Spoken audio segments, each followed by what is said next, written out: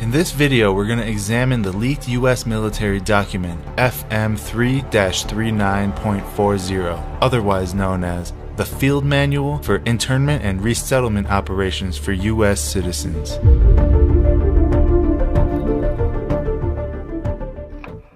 The official U.S. military documents we are about to see were highly classified until 2013 when they were leaked to the public. In fact, if you look at the bottom of the cover page, you'll see just how secret this document was intended to be. Destruction notice. Destroy by any method that will prevent disclosure of content or reconstruction of the document. By this statement alone, it's obvious that we were never supposed to see what's inside. And that being said, let's take a look inside and see what we can find. Now, this document is 326 pages long, and we definitely don't have time to look at every single page. So I'll just go over some of the most relevant content. Feel free to read this document for yourself. There's a link to the full document in the description below. Alright, so keep in mind that this document was not just written for overseas operations.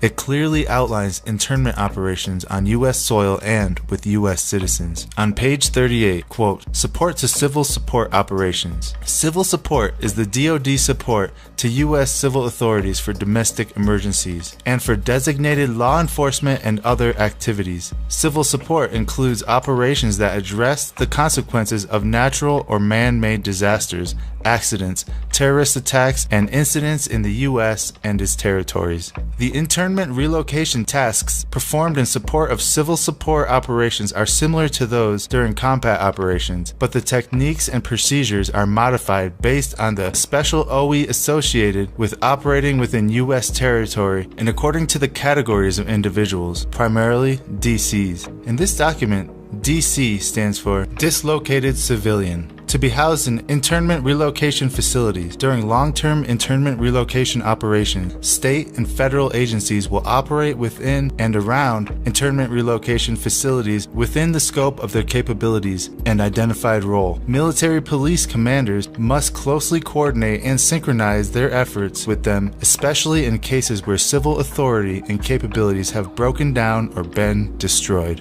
Not only that, on page 146, it details the identification procedures of new prisoners, and that includes taking their social security numbers. Quote, Identification 716. Individual identification photographs are taken of all prisoners. The prisoner's last name, first name, and middle initial are placed on the first line of a name board, and the prisoner's social security number is placed on the second line. A prisoner registration number may be added on the third line. 2 front and 2 profile pictures are taken of the prisoner. Fingerprints are obtained according to AR 190-47. Now that we've established that these operations were not only designed for overseas, but also designed for U.S. citizens on U.S. soil, would it surprise you to see that the United Nations is also involved in this? Page 23. Agencies concerned with internment and resettlement. External government involvement in IR missions, and IR means internment and resettlement, is a fact of life for military police organizations. Some government and government-sponsored entities that may be involved in IR missions include international agencies, the United Nations, International Committee of the Red Cross, International Organization of Migration, U.S. agencies, local U.S. Embassy, Department of Homeland Security, Immigration and Customs Enforcement, and the Federal Emergency Management Agency, otherwise known as FEMA. It goes into more detail about the United Nations in Chapter 1-47. The UN is involved in the entire spectrum of humanitarian assistance operations, from suffering prevention to relief operations. Typically, UN relief agencies establish independent networks to execute their humanitarian relief operations. The UN system delegates as much as possible to the agency's elements located in the field.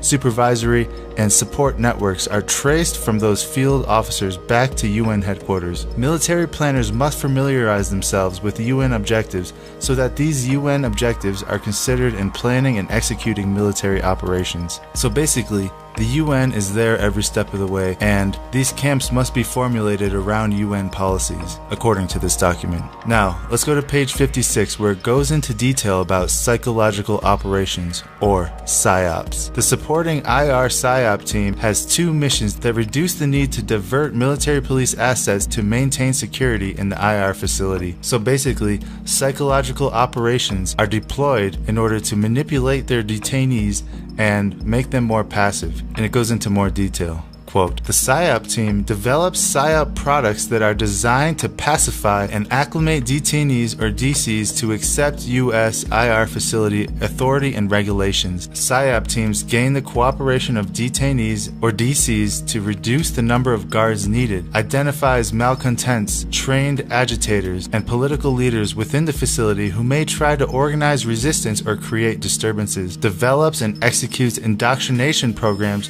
to reduce or remove antagonistic attitudes. Did you catch that? Develops and executes indoctrination programs to reduce or remove antagonistic attitudes, otherwise known as brainwashing. Now, let's move on to page 84, where it talks about medical support. And this is where it starts to get a little scary if you take into account the whole COVID-19 pandemic. Quote, medical personnel are required to identify, treat, and document existing medical conditions and injuries of detainees. Commanders must consider the following when establishing medical care at the internment facility. A credentialed healthcare professional examines detainees monthly and records their weight on a DA Form 2664-R. The detainee reporting system requires weight data from medical community. The general health of detainees, their nutrition and cleanliness are monitored during inspections. The detainees are examined for contagious diseases, especially tuberculosis, lice, louse-borne diseases, human immunodeficiency virus, which is HIV, and STDs. Now, COVID-19 would definitely fall into this category. It goes on to say, quote, all medical treatment facilities must provide immunizations for and isolation of detainees with communicable diseases. Again, COVID-19 falls into this category. So basically what they're saying here is these facilities can be turned into a military quarantine with forced immunizations. Let's continue reading. Detainees who require a high level of care are transferred to military or civilian medical installations where the required treatment is available. Military police escort detainees to medical treatment facilities and remain with them until medical examinations are complete. So if you're really sick, they might send you to a hospital. However, you will have military police escorting you there and back. Alright, let's continue on. On page 115, it describes the serial number given to each detainee. Quote, internment serial numbers. The ISN, or internment serial number, is the DoD mandated identification number used to account for and track detainees. Once an ISN is assigned, it is used on all documentation, including medical records. The ISN is generated by the detainee reporting system. The detainee reporting system is the only approved system for maintaining detainee accountability. It is the central data point system used for reporting to the national level and sharing detainee information with other authorized agencies. Here is a nice diagram showing what the ISN is comprised of. Now, some people might say that these camps are friendly in nature and will be used as some sort of humanitarian camp to help people in need. Well, if it's a humanitarian camp, why would they need to use deadly force on people who try to escape? Page 238, quote, Level 5, deadly force, used as a last resort, when all lesser means have failed or would be impractical. Used to prevent death or serious injury to self or others, to prevent the theft, damage, or destruction of resources vital to national security or dangerous to other, or, and here's the big one, to terminate an active escape attempt. So basically, deadly force is authorized to stop an escape attempt. That's everything we need to know right there. They also go into detail about how these camps should be laid out. There's many diagrams in this document, and we're going to take a look at this one right here. This diagram shows 3 rows of barbed wire fence, 25 guard towers, and a quick reaction force. Now, it should be obvious to anybody watching this that these camps are not humanitarian relief centers, but rather prisons. Prisons meant for large populations of US citizens. And this video just scratched the surface of this nearly 400-page document. What do you think about this? What are your thoughts on this document? Please leave a comment below and tell us what you think. And if you haven't done so already, don't forget to hit that like button. And until next time, thank you all for watching, and God bless you all.